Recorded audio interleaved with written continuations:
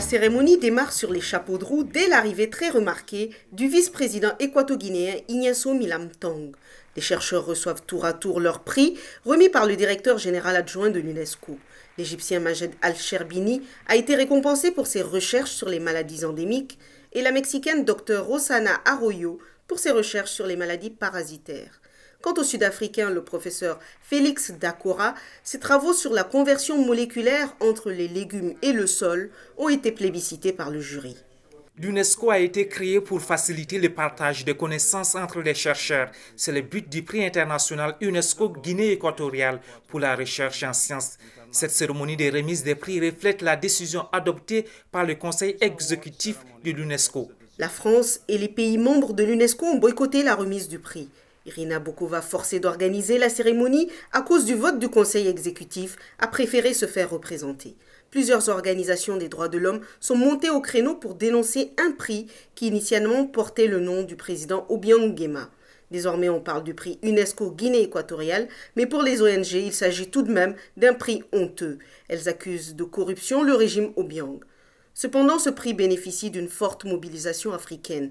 Parmi les personnalités présentes, Rachad Farah estime que la polémique n'a pas lieu d'être. Moi, je pense qu'il y a des préoccupations et des priorités en Afrique, et je parlais de la santé, parce que nous sommes dans le domaine de la santé. Une Afrique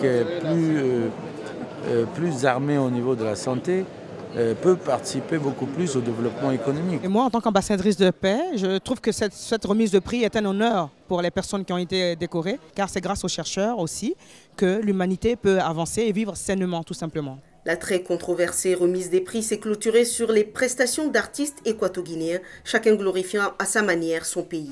Malgré la polémique autour de la remise des prix, finalement la cérémonie s'est déroulée sans encombre. Le président de la République équato-guinéenne, Teodoro Obiang, censé présider la cérémonie, n'est finalement pas venu. Il a été remplacé par son vice-président.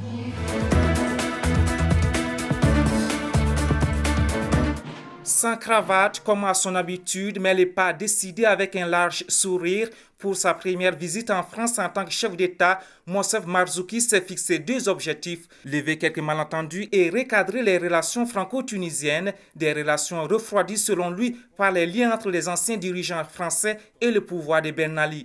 Au cœur des discussions avec son homologue français François Hollande, il a été beaucoup question de partenariat économique entre les deux pays. Sur la question de la dette, sur la question de l'aide, sur la question aussi des relations économiques, commerciales. Être à vos côtés, je vais le faire à cet instant, c'est dire à nos concitoyens français qu'ils peuvent passer de bonnes vacances en Tunisie. François Hollande a également assuré que la France allait aider la Tunisie à récupérer ses avoirs captés par les clans de l'ancien président Ben Ali. Ce dernier a annoncé lundi vouloir renoncer au profit de son pays à tous ses avoirs en Suisse. J'étais très surpris par la proposition de M. Ben Ali de nous rétrocéder une partie, sauf que nous ne voulons pas une partie, nous voulons le tout. Nous estimons que ce que cet homme et sa famille a volé à la Tunisie se chiffre en milliards de dollars, et que c'est la totalité de cette somme qui doit revenir à la Tunisie. Durant cette visite de 3 jours, Moussef a reçu tous les honneurs de la France, un pays qu'il connaît très bien pour y avoir vécu un tiers de sa vie. Ce mercredi, il a prononcé un discours devant l'Assemblée nationale, une première pour un responsable étranger depuis 2006. Demain, il se rendra à Marseille avant de regagner Tunis. Le mouvement des forces de la Casamance debout, MFCD, réfute toute idée d'indépendance de la partie sud du Sénégal. Ce mouvement plaide pour des actions de développement selon son président Pierre Goudiaby Atepa. Nous l'avons dit, nous l'avons répété, nous ne sommes pas du MFDC. Ce sont nos frères, ce sont nos parents. Nous disons simplement qu'ils ont leur point de vue et que nous avons notre point de vue. Nous disons également, et nous le répétons une fois pour toutes, nous ne pensons pas que l'indépendance de la Casamance soit la meilleure chose qui faille pour la Casamance. Nous pensons qu'il y a mieux que l'indépendance, c'est le développement. Pierre Goudiaby Atepa est le membre affilié au MFCD, à savoir étudiants, sénateurs, présidents de conseils régionaux, ont invité l'État sénégalais à élaborer un plan spécial pour le développement de la Casamance. Le développement de la Casamance doit se faire à l'intérieur du Sénégal. Ceci dit, il y a certainement des ajustements à faire parce que les mêmes causes produisant les mêmes effets, si nous devions continuer l'État comme il avait été initié dès le début, en ne donnant pas peut-être un peu plus, j'allais dire, de liberté aux régions, peut-être que c'est à cause de ça que des frustrations peuvent naître. Récemment, l'État sénégalais a annoncé un plan de 300 milliards de francs CFA pour la Casamance au moment où de nombreux appels à la paix se font pressants.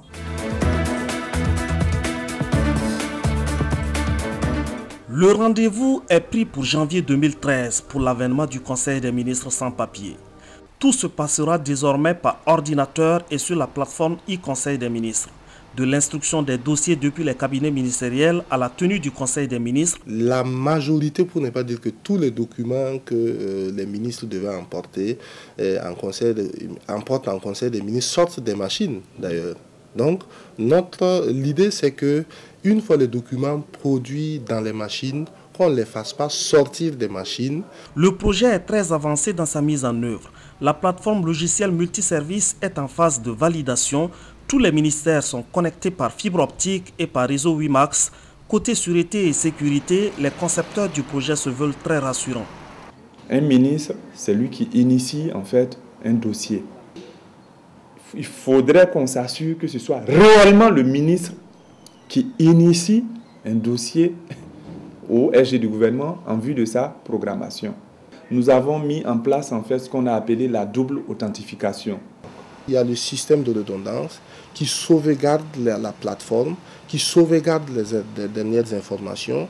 Et même quand il y a un sinistre au niveau des salles techniques, d'une des salles techniques, qu'on puisse mettre à jour les informations. Le e-Conseil des ministres devrait assurer plus de confidentialité, plus de facilité et de célérité dans le traitement des dossiers, mais surtout une économie de 800 millions de francs CFA dépensés chaque année en consommation de papier. Il reste à former les utilisateurs de la plateforme pour être à la hauteur des exigences du travail collaboratif en ligne. Le Haut-Commissariat aux réfugiés a annoncé mardi que plus d'1 million de personnes a fui la Somalie à cause du conflit dans lequel le pays a sombré en 1991, mais aussi à cause de la sécheresse qui sévit depuis plusieurs années. Les conflits et la pire sécheresse qui ait existé depuis des décennies ont forcé plus de 137 000 Somaliens à quitter leur foyer durant le premier semestre de l'année dernière. Près de 294 000 d'entre eux ont été recensés dans des camps qui se situent dans la région environnante.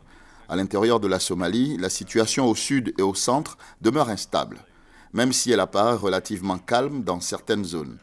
La sécheresse a été moins sévère cette année, mais les perspectives de récolte le mois prochain ne sont pas bonnes. Beaucoup de gens se battent pour s'en sortir, alors que le gagne-pain se fait rare. Le Kenya et l'Éthiopie demeurent les principaux pays refuges pour les Somaliens.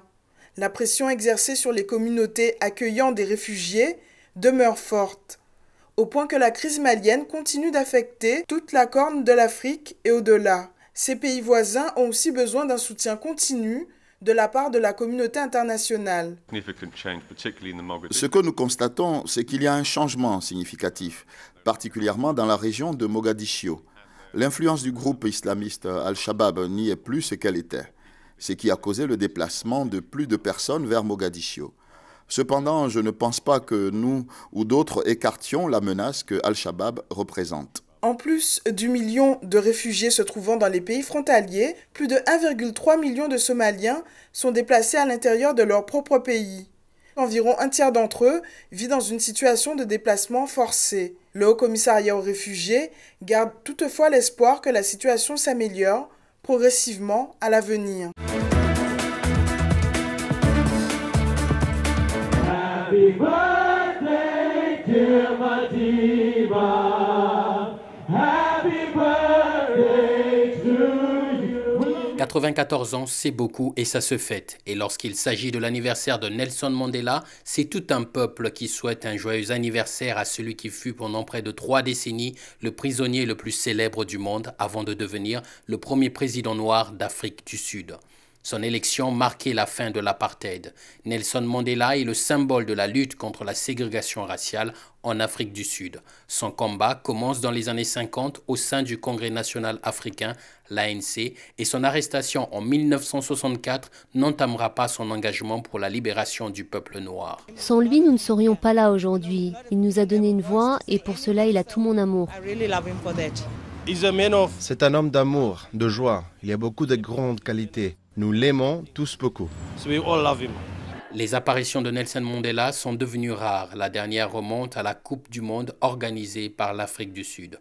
En mauvaise santé, il s'est retiré dans son village, à Kouno. Un cadeau pour les écoliers, élèves et étudiants du Bénin pour cette période de vacances scolaires. Le festival Talents d'Afrique est un coup de projecteur pour donner des couleurs aux vacances, mais aussi pour sensibiliser les jeunes. Pendant quelques jours, la culture est à l'honneur. L'objectif de cette première édition du Festival Talents d'Afrique est d'une part de jauger l'univers culturel en Afrique, de réunir de grandes figures de la culture africaine subsaharienne et de sa diaspora, et d'autre part de permettre à la culture africaine de rayonner. L'esplanade du Palais des Congrès abrite le village du festival qu'animent des artistes talentueux du Bénin et d'ailleurs. Au menu, un défilé de mode, des projections de films documentaires, des spectacles d'acrobates et autres. Les acteurs culturels feront des recommandations qui seront soumises au chef de l'État à travers un mémorandum. Nous aurons aussi des activités éducatives dédiées aux enfants que nous avons dénommées « Un enfant, un instrument ». Tout un dispositif mis en place pour que tout se passe dans les règles de l'art. L'intérêt pour nous à la Fondation Culture et Vie de soutenir cette initiative est d'abord patriotique.